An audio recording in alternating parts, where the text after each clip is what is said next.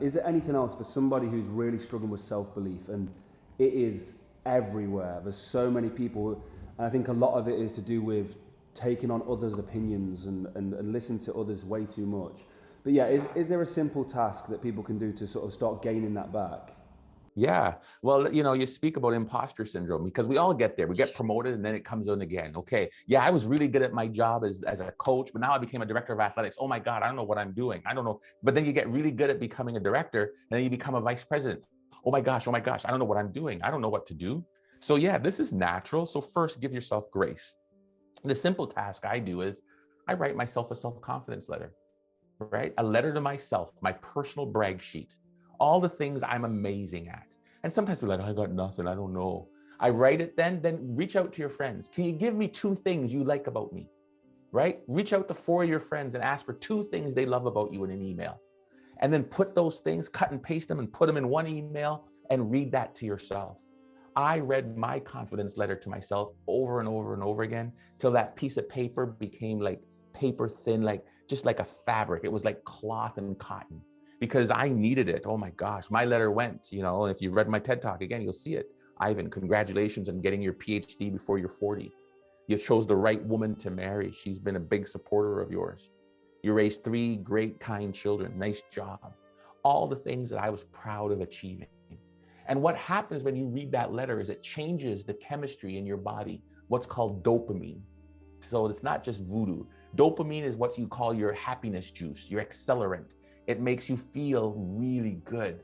And when the dopamine is released in your body, you get this rush of endorphins that changes your mood and helps lift you from a downward spiritual cycle. I really love that. I just want to quickly step back onto your 3 things that you tell yourself. Be the captain. Like, how did you develop them, and what do they mean to you? And how should other people seek their own? Yeah, for me, I've always used affirmations as simple, genuinely true statements, right? I'm not using an affirmation as I am a millionaire or I am a billionaire. There are things that I have that I'm in control of. And they were specifically designed to combat the specific negativity that I was having. So for example, when I became a new athletic director and I didn't know what the hell I was doing, I can learn anything. I would go to meetings and feel like a dummy. It's like, stop, I can learn anything, right? Okay. Like, it was like, man, I would feel overwhelmed and everybody would be asking me things and I'm like, I can't say no. I'm saying yes to everything. I'm overtaxed. I'm dropping meetings. I'm missing things. Stop it, Ivan. You're the captain of your ship and the master of your fate. That reminded me I could say no.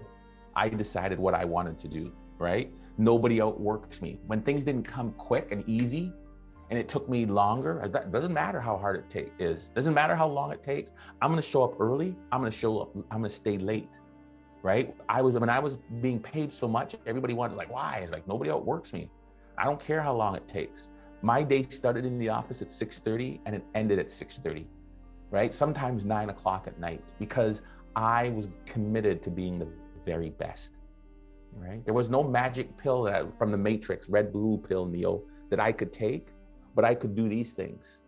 I could learn, nobody could outwork me. And I can remind myself that I am the captain of my ship, the master of my fate, right? Real short statements, commit them to memory and make them automatic. I love it. How do we get someone who's struggling to, or how does, if someone aspires to get into sort of the mindset that you're in, that hard-working mindset, how do you achieve that? Is that something you've always had? No, it was not. You know, that's why I failed out of university. I didn't have it. And I can't say, I would love to say, well, I put myself on a goal, right? That was it. For me, what happened was I hit rock bottom, right? All my friends went on to university. All my people were doing really well.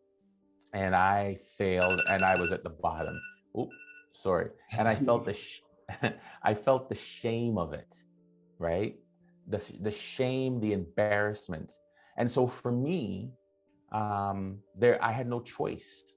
So then when I said, okay, I could blame everybody else for why I'm there, or I could look at myself.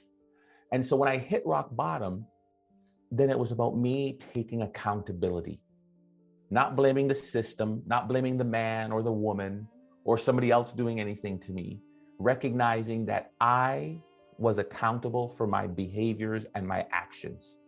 And that's when it started. Okay, if I'm accountable, then what am I going to do to change it?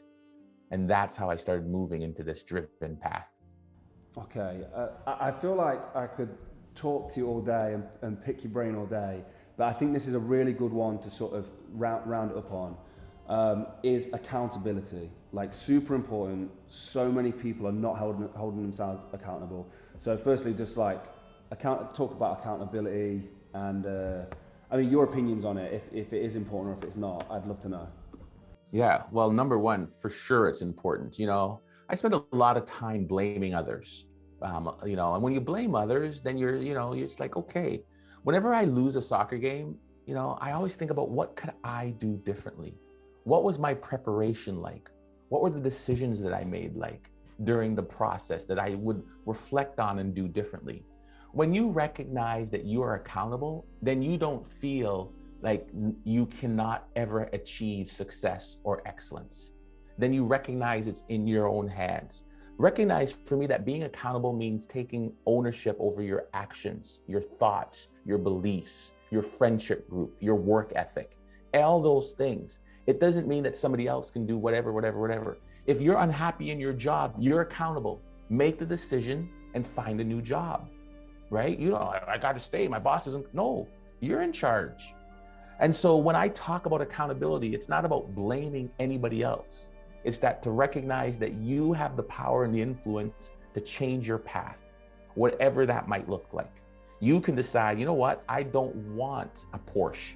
I want a Honda. I don't want a Honda. I want a Porsche. So that means this is the path I'm setting on.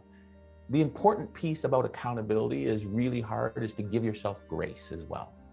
So don't say, oh, I'm accountable, and then beat yourself up about all the mistakes that you've made. Say that I'm accountable to having a learning growth mindset. I'm accountable to improving my situation. I'm accountable to X, Y, and Z. It doesn't mean that you're perfect. It doesn't mean that you're without failing, that you will be like exceptional in everything you do. It means that you're willing to try and try again until the outcome is the one that you deserve. I love it. Dr. Ivan, thank you so much. I just want to round up on this.